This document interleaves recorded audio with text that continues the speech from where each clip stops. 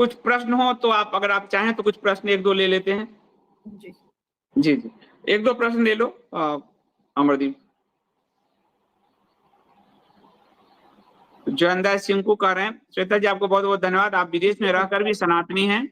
यहाँ लोग सनातनी नाम भागवत स्वामी हिंदू हृदय सम्राट रखकर सनातन धर्म एवं सनातनियों को मिटाने में लगे हैं भारत की धरती पर। ये आप सही बोल रहे हैं। जो सनातनी होता है वो दिखाता नहीं है, वो अंदर ही अपने धर्म को जगा के रखता है, और जो जितना हो सके वो सत्संग लेता है और सत्संग करता है। जो अच्छे पात्र होते हैं वो उसको ग्रहण करते हैं, और अच्छे लोगों से, अच्छे सत्संगियों से, वो संतों से वो ग्रहण भी करता है। और उसके लिए ये सब नाम रखना और दिखाना एक हिंदू के लिए ये जरूरी नहीं होता। क्योंकि आपका जो संबंध है वो आपके परमात्मा से है, आपके भगवान से है। वो कोई शो का, बल्कि ऐसा कहा जाता है कि भक्ति को हमेशा छुपा के रखना चाहिए, भक्ति को उजागर नहीं करते। ठीक बात है। ये रमाशंकर कटारे जी बहुत बहुत धन्यवाद, thank you so much. Satyanarayan ji, in this completely surrounding scenario, what would be internal and external security, which country could come to the support of Bharat and future of Hindus? ये तो बहुत ही डेंजरस, यही मेरी चिंता है कि मुझे कहीं ना कहीं फिर भी लग रहा है इजराइल शायद फिर भी आ जाए, क्योंकि इजराइल और इंडिया की जो कंडीशन है वो सिमिलर है। बट रशिया को जो नाराज कर दिया है भारत ने, मुझे लग रहा है रशिया खुद ही उलझा हुआ है अभी, तो रशिया शायद से अभी हिचकेगा, एकदम से नहीं आएगा। और इसके अलावा मुझे, और अमेरिका का तो डबल गेम रहता है, अमेरिका की हेल्प ना ही कोई ले तो बेटर है। पर मुझे इकलौता इजराइल ही अभी समझ में आ रहा है, और कोई देश हो, शायद फ्रांस आ जाए भारत की हेल्प के लिए। थोड़ा मुझे डिटेल में इन देशों की कुंडलियों को रेफर करके बताना पड़ेगा। अभी एक खबर आ रही है, एमपी के सलकनपुर देवी धाम के प्रसाद पर उठे सवाल, ट्रस्ट ने कहा इससे बदबू आती है, कलेक्टर से रोक की मांग। यानी सरकारी कब्जे वाले जितने भी मंदिर हैं उनको धंधा बना के कैसे हिंदुओं का धर्म भ्रष्ट किया गया है। मंदिर मुक्ति तो लगता नहीं ये सरकार छोड़ेगी, एक एक 1.5 लाख करोड़ सालाना कमा रही है इससे। संदीप जी, ये सलकनपुर का जो मंदिर है, यहाँ पे मेरे भाई का मुंडन हुआ था, मेरी बहुत फॉन्ड मेमोरीज है। ये देवी माँ का मंदिर है, बहुत पहाड़ी पे जाकर, और अच्छा। ये जो पचमढ़ी वगैरह का जो इलाका हिल स्टेशन का, वहां से होके जाते हैं। और एक हमारे साथ में ऐसा भी कुछ हुआ था कि शेर मिला था रास्ते में, जो देवी माँ का वाहन होता है। ये बहुत ही सिद्ध मंदिर है सलकनपुर का, मध्य प्रदेश में। तो वहां वहां के पे ट्रस्टी ने कहा है कि कलेक्टर से प्रसाद से बदबू आती है, मतलब ये तो मुझे लगता है संगठित प्रयास चल रहा है श्वेता जी। हाँ, ये अभी हम वही देवी माँ की बात कर रहे थे, नवरात्रि की, और देखिए ये आप बता रहे हैं, ये पूरा अभी तुरंत जस्ट मेरे इस पे पॉपअप खुला, अभी की खबर है ये देवी माँ ने अपना बताया है, प्रकट किया अपने आप को। डॉक्टर सेंसिस करें, अंतरजाल पटल यानी इंटरनेट से प्रत्येक पृष्ठ स्वतः लोप हो रहे हैं। देखिए, विशेषज्ञ इसे अंतरजाल की मृत्यु का संकेत कहते हैं। शास्त्र में सहस्त्र वर्षों के संरक्षित ज्ञान को मिथ्या कहते थे, उनका सभी ज्ञान स्वतः लोप हो रहा है। मतलब जो वो मिथ्या कहते थे, शास्त्र तो है पर उनका ज्ञान लोप हो रहा है। ये सब एआई का कमाल है, सही बोल रहे हैं आप, क्योंकि ये डीप स्टेट अपनी चीजों को इम्पैक्ट करेगा, हमें इतना ज्यादा उस चीज में मोहित कर देगा कि हमको पता ही नहीं चलेगा कब इतना चेंज हो गया। ये खतरनाक है, क्या करा जाए। वो चेंज करने का खेल है ये, इसलिए इंटरनेट से जो पेज उनके काम के नहीं है या उनके पे प्रश्न उठाते हैं, उनको दूर किया जा रहा है ये, ताकि एल्गोरिथम ऐसे ही रहे जो इनके पक्ष में हो।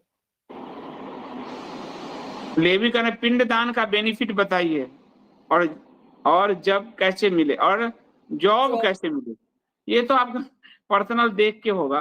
पिंडदान का केवल बता दीजिए, बाकी तो पिंडदान देखिए, हर मनुष्य के ऊपर पितृ ऋण, देव ऋण, मनुष्य ऋण और ऋषि ऋण होता है, ठीक है। तो पिंडदान एक अलग चीज है और पितृ तर्पण एक अलग चीज है, जहां तक कि अगर कर्म कांड का मैं गलत नहीं समझ रही हूँ तो, ठीक है। आप पंडित जी, किसी अच्छे पंडित जी से कंसल्ट कीजिए, वो आपको दोनों में डिफरेंस बताएंगे। पिंडदान में पिंड बनाए जाते हैं और उनका दान किया जाता है, और तर्पण तो आप जल से भी कर सकते हैं। उसका एक प्रोसेस होता है जो आप अच्छे कर्मकांडी पंडित से कंसल्ट करेंगे तो वो आपको बताएंगे। तो आपका प्रश्न शायद इस तरफ है कि हमें पितृ तर्पण क्यों करना चाहिए, मैं इसको उस तरह से ले रही हूँ।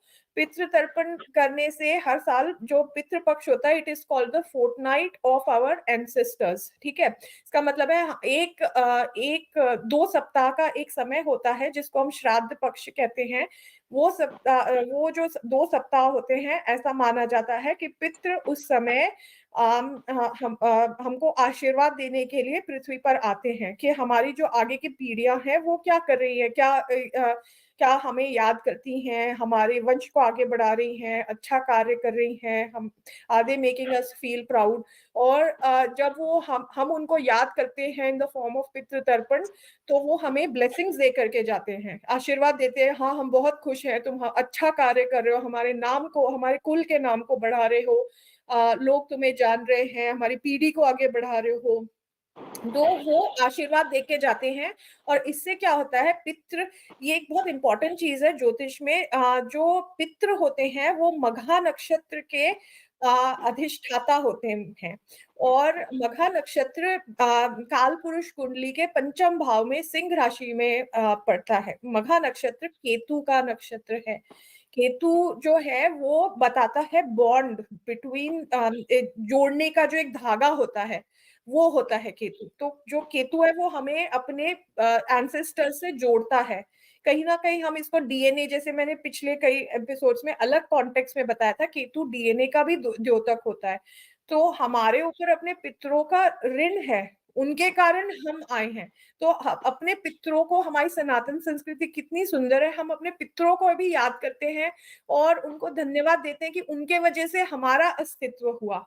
तो जब वो देखते हैं कि हमें याद किया जा रहा है तो वो बहुत खुश होते हैं और आशीर्वाद देते हैं।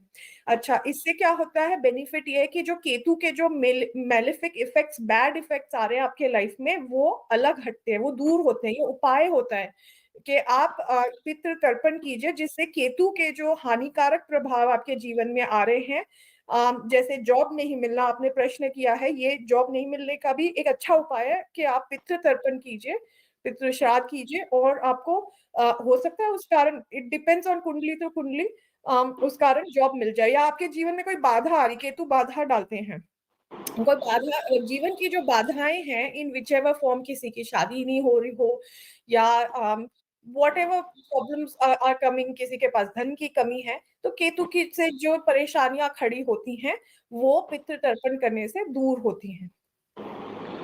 अभी अभी एक खबर आई, हरिओम शर्मा लिख रहे हैं, महाकाल के सामने एक दीवार में दबने से की मृत्यु हो गई, 2 व्यक्ति घायल, महाकाल की दीवार गिर गई। हर तीर्थ से का जो तीर्थत्व नष्ट करके जो पर्यटन बनाया जा रहा है। और अभी आपने वो भेजा भी है, कैसे वो हमारे जो वैष्णव देवी जा रहे थे, तो यात्री कैसे बस एक्सीडेंट हुआ है। तो तीर्थ से जब तीर्थत्व समाप्त हो जाएगा तो फिर बड़ा मुश्किल काम है। तो महाकाल की अभी अभी ये खबर आई है। जी, लेविका ने सुना है जो पिंड दान नहीं करते हैं वो प्रेत तो प्रेत प्रेत आता है। आता है। अच्छा, तो इसके बारे में मैं आपको जितना मुझे, मेरी अल्प बुद्धि है, अल्प समझ है अभी तक के, वो मैं आप बता सकती हूँ कि केतु जो है, क्योंकि जो जो पितृ है, यदि वो आते हैं और यदि वो देखते हैं, it may not happen with every पितृ, हो सकता है वो ना करते हो, बट कई कई है उनकी एक्सपेक्टेशंस नहीं होती कि अच्छा हमारी पीढ़ी हमें परेशान कर रही है या हमें याद नहीं करती या कुछ गलत कर रही है, तो वो परेशान करते हैं। क्योंकि कई केसेस में मैंने देखा है कि वो उनको याद दिलाते हैं कि या हमारा कोई श्राद्ध ठीक से नहीं किया गया है या हमें भुला दिया गया, समथिंग इज रॉन्ग, तो वो याद दिलाते हैं इस ओर कि हमारा श्राद्ध करो ठीक से, जिससे हमें मुक्ति मिले। जब तक के श्राद्ध ठीक से नहीं होगा, उन्हें मुक्ति नहीं मिल रही है, वो अटके हुए हैं, इसीलिए उनको जो आप बता रहे हैं इंस्टेंस वो आते होंगे, तो ये कुंडली में देखा जा सकता है। तो इसलिए भी पितृ तर्पण करना चाहिए, जिससे आपके पितरों को मुक्ति मिले। तो हाँ, सही बात है, उनको मुक्ति मिले। अजय चौहान जी बहुत बहुत धन्यवाद। श्वेता जी आपको प्रणाम कर रहे हैं। अजय जी प्रणाम अजय जी। शैल जी कह रहे हैं मंदिरों में धर्म की हानि, तिरुपति बालाजी, अयोध्या राम मंदिर में भी दूषित प्रसाद, गुजरात में 25,000 मंदिरों को समतल करने का आदेश, ये सब किस कारण हो रहा है? जी, तो ये हमने अभी काफी सारे एपिसोड्स में भी डिस्कस किया हुआ है। ये जो सरकार है ये धर्म विरोधी सरकार है, ठीक है। और इसके साथ ही जो भारत में, और स्पेशली जब से ये सरकार आई तब से तो और ज्यादा बढ़ गया है, क्योंकि संघ की जो कुंडली है वो धर्म विरोधी, हिंदू धर्म विरोधी कुंडली है, ठीक है। कांग्रेस थी तभी भी होता था, क्योंकि जो राहु बैठा हुआ है जो भारत के लग्न में, और उसकी जो दृष्टि पड़ रही है वो भारत के नवम भाव पे पड़ रही है, और नवम भाव जो होता है वो धर्म का भाव होता है, इसीलिए वो होता है। और उसके साथ ही जो सरकार भी हमारी ऐसी आ गई है, तो वो उस चीज को और एस्केलेट कर रही है, इसलिए हो रहा है। अच्छा। Renuka ji, Shweta ji, in Pitrupaksha, if you don't have sons, if daughters do all the rituals, it will reach the source, right? Please answer. बिल्कुल, यू कैन डू। पितृपक्ष में कोई भी कर सकता है, सब कर सकते हैं, ठीक है। आप, और यदि आपको थोड़ी सी इसमें आशंका लग रही है तो आप ये भी कर सकते हैं, आप किसी अच्छे पंडित जी को से पूछिए, वो आपके उसमें आप रोज पाठ में बैठिए और वो आपके सामने करवाएंगे पितृ तर्पण, और आप अपने पितरों के नाम उनको लिख के दे दीजिए, वो अच्छे से करवाएंगे। और जो लास्ट डे होगा उसमें सर्वपितृ अमावस्या में फिर अच्छे से ब्राह्मण भोज करवाइए। तो हाँ, जहां तक कि मेरी समझ है महिलाएं भी कर सकती हैं, और यदि आपको इसमें आशंका है तो आप पंडित जी से पूछ लीजिए, वो आपका इसका उपाय बता देंगे। वो किसी दूसरे अच्छे पंडित जी के साथ में, क्योंकि 2 जन लगते हैं, एक जन मंत्र पढ़ेंगे और एक जन वो करेंगे जो तर्पण होता है, और आपसे भी करवाएंगे वो। आप पंडित जी से कंसल्ट कर लीजिए, किसी अच्छे पंडित जी से, ठीक है। विवेक कह रहे हैं श्वेता जी, मेरे दूसरे दादा के नातिन हुई है, वो 9 दिन के हो चुके हैं, लेकिन कह रहे हैं कि मैं अपने माता पिता का श्राद्ध नहीं कर सकता। अच्छा, समझ नहीं आया मुझे क्वेश्चन। वैसे आपको ये मुझे शायद, ये मुझे भी नहीं आया, लेकिन वो शायद वो कह रहे हैं सूतक जो लगा है तो उसमें श्राद्ध शायद नहीं करना चाहते हैं, मतलब सूतक 9 दिन की बच्ची हुई है अभी। अच्छा, ये सारे है ना, ये जो प्रश्न है आपका, ये कर्म कांड का प्रश्न है, मुझे इतना ज्ञान नहीं है कर्म कांड का, हाँ, तो ये पंडित जी से पूछिए, वो ज्यादा अच्छा रहेगा। पंडित जी से पूछ लीजिएगा। कर्मकांड वेद में अलग ही पूरा चैप्टर है, ज्योतिष अलग है, कर्मकांड अलग है, ज्ञान अलग है, उपासना अलग है। कर्मकांड का एक भाग उपासना है, और इस सब में अलग अलग विशेषज्ञता है, सब ये एक साथ नहीं है। पर हम लोग, चूंकि हम लोग पता उतना होता है नॉलेज हमारे पास नहीं होता, इसलिए सब कुछ तो हमको भी नहीं पता, लोगों को मिसगाइड भी नहीं कर सकते, तो ठीक है, जितना पता है वो बता देते हैं। तो ब्रजेश जी पूछ रहे हैं विष्णु पुराण से पितृदोष, विष्णु तो सर्व हैं, उनसे उनके हो ही जाएगा। और अजय जी कह रहे हैं वायु पुराण में पितृ पक्ष को विस्तार से दिया गया है, तो वायु पुराण या गरुड़ पुराण आप लोग पढ़ें जरूर इस समय, हाँ, तो इस चीज हो जाएगा। तो बहुत बहुत धन्यवाद श्वेता जी, आज आपने समय निकाला, आपका बहुत धन्यवाद।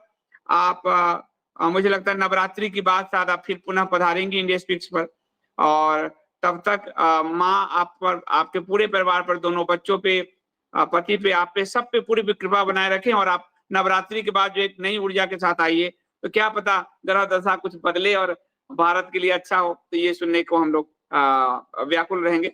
बहुत बहुत धन्यवाद श्वेता जी, फिर मिलते हैं हम नवरात्रि के बाद।